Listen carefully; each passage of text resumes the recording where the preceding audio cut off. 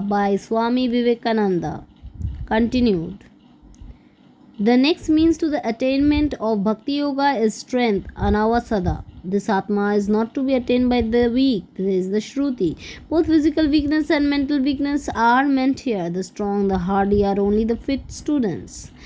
Are the only fit students. What can puny, little decrepit things do? They will break to pieces wherever the mysterious forces of the body and mind are even slightly awakened by the practice of any of the yogis. It is the young, the healthy, the strong that can score success. Physical strength, therefore, is absolutely necessary. It is a strong body alone that can be the shock of reaction resulting from the attempt to control the organs. He who wants to become a bhakta must be strong, must be healthy. When the miserably weak attempt any of the yogas, they are likely to get some incurable malady, or they weaken the minds voluntarily. Weakening the body is really no prescription for spiritual enlightenment. Voluntarily weakening the body is really no prescription for spiritual enlightenment. The mentally weak also cannot succeed in attaining the Atma. The person who aspires to be a bhakta must be cheerful. In the Western world, the idea of a religious man is that he never smiles, that a dark cloud must always hang over his face, which again must be long drawn with the jaws almost collapsed. People with emaciated bodies and long faces are fit of subjects for the physician, that they are not yogis. It is the cheerful mind that is persevering. It is a strong mind that hews its way through 1,000 difficulties. And this, the hardest task of all, the cutting of our way out of the net of Maya, is the work reserved only for giant wills.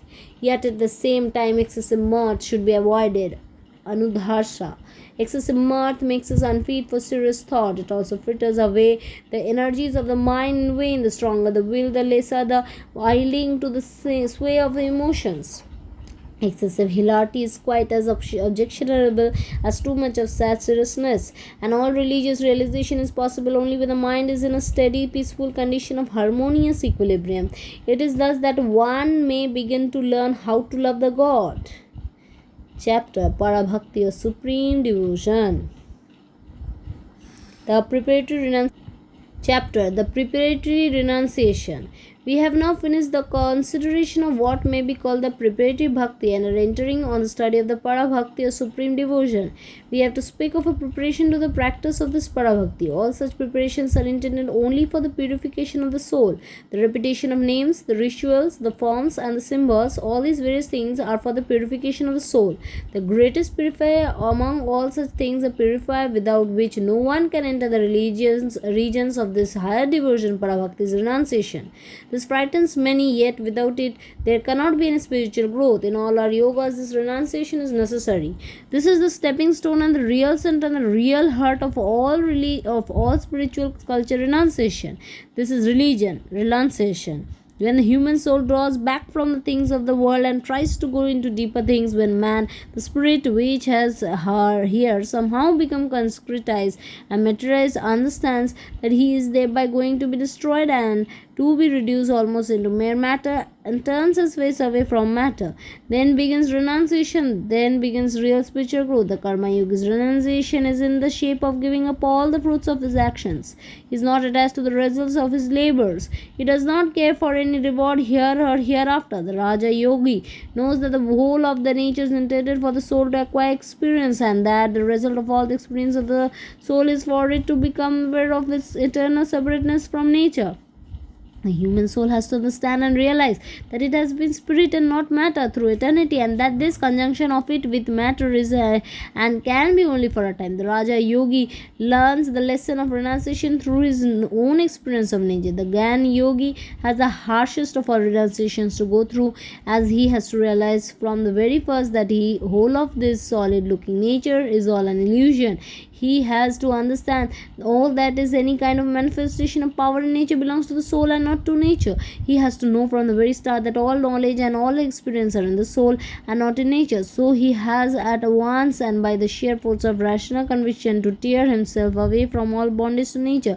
He lets nature and all that belongs to her go, and he lets them vanish and tries to stand alone.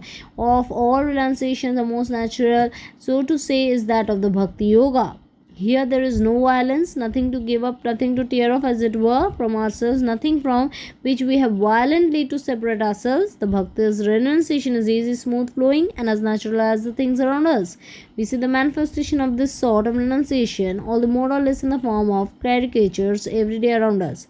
A man begins to love a woman, after a while he loves another, and the first woman he lets go, she drops out of his mind smoothly, gently, without his feeling the want of her at all. A woman loves a man, she then begins to love another man, and the first one drops her off from her mind quite naturally. A man loves his own city, then he begins to love his own country, and the intense love for his little city drops her smoothly, naturally. Again, a man learns to love the whole world. His love for his country, his intense fanatical patriotism drops off without hurting him, without any manifestation of violence. An uncultured man loves the pleasure of the senses intensely. As he becomes cultured, he begins to love intellectual pleasures, and his sense enjoyments become less and less. No man can enjoy a meal with the same gusto or pleasure as a dog or a bull, but those pleasures which a man gets from intellectual experiences and achievements, the dog can never enjoy. At first, pleasure is in association with the lower senses, but as soon as an animal reaches a higher plane of existence, the lower kind of pleasures becomes less intense. In human society, the nearer the man is to the animal, the stronger is his pleasure in the senses, and the higher and the more cultured the man is, the greater is his pleasure in intellectual and such other finer pursuits. So when a man gets even higher than the plane of the intellect, higher than that of mere thought, when he gets to the plane of spirituality and of divine inspiration, he finds that a state of bliss compared with which all the pleasures of the senses or even of the intellect are as nothing. When the moon shines brightly, all the stars becomes dim, and when the sun shines, the moon herself becomes dim. The renunciation necessary for the attainment of bhakti is not obtained by killing anything, but just comes in as naturally as in the presence of an increasingly stronger light. The less intense ones becomes dimmer and dimmer until they vanish away completely. So the less love of the pleasures of the senses and of the intellect is all made dimmed and thrown aside and cast into the shade by the love of God himself. The love of God grows and assumes a form which is called Parabhakti or supreme devotion. Forms vanish, rituals fly away, books are superseded, images, temples, churches, religion and sects, countries and nationalities, all these little limitations and bondages fall off by their own nature from him who knows this love of God. Nothing remains to bind him or fetter his freedom.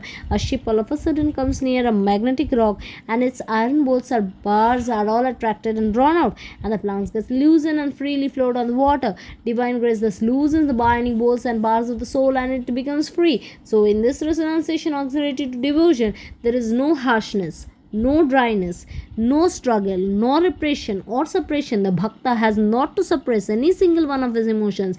He only strives to intensify them and direct them to God. The bhakta's renunciation runs from love. We see love everywhere in nature. Whatever in society is good and great and sublime is the working out of that love. Whatever in society is very bad, nay, diabolical, is also the ill-directed working out of the same emotion of love. It is this same emotion that gives us the pure and holy conjugal love between husband and wife, as well as the sort of love which goes to satisfy the lowest forms of animal passion. This emotion is the same, but its manifestation is different in different cases. It is the same feeling of love, well or ill-directed, that impels one man to do good and to give all he has to the poor, while it makes another man cut the throats of his brethren and then take away all the possessions. The former loves others as much as the latter loves himself. The direction of the love is bad in the case of the latter, but it is right and proper in the other case. The same fire that cooks a meal for us may burn a child, and it is no fault of the fire if it does so. The difference lies in the way in which it is used. They have a love, the intense longing for association, the strong desire on the part of two to become one, and it may be after all of all to become merged in one, is being manifested everywhere in higher or lower forms as the case may be. Bhakti yoga is the science of higher love. It shows us how to Bhakti yoga is the science of higher love. It shows us how to direct it. It shows us how to control it, how to manage it, how to use it, how to give it a new aim, as it were, and from it to obtain the highest and most glorious results. That is, how to make it lead us to spiritual blessedness. Bhakti yoga does not say give up. It only says love, love the highest, and everything low naturally falls off from him. The object of whose love is this highest. I cannot tell anything about thee except that thou art my love. Thou art beautiful. Oh, thou art beautiful. Thou art beauty itself. What is after all really required of us in this yoga is that a thirst after the beautiful should be directed to God. What is the beauty in the human face, in the sky, in the stars, and in the moon?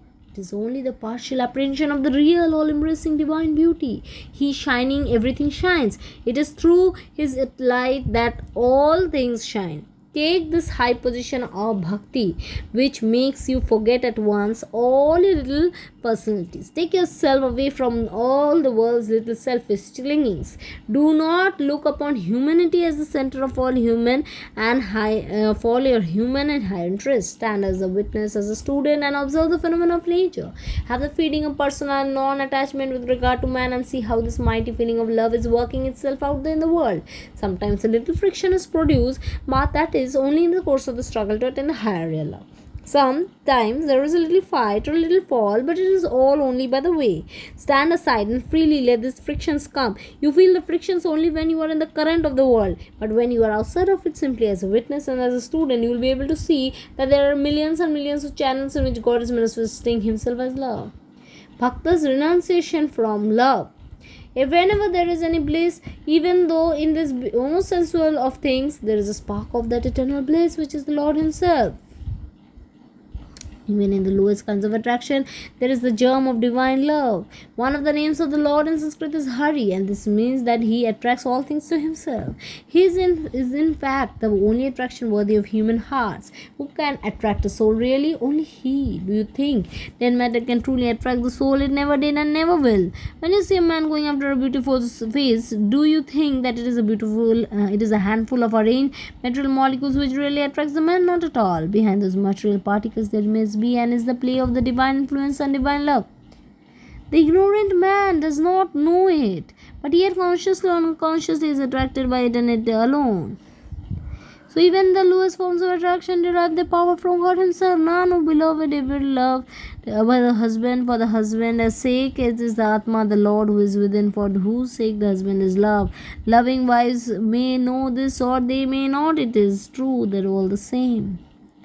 None, O beloved, ever loved the wife for the wife's sake, but it is the self in the wife that it is loved. Similarly, no one loves a child or anything else in the world except on account of him who is within.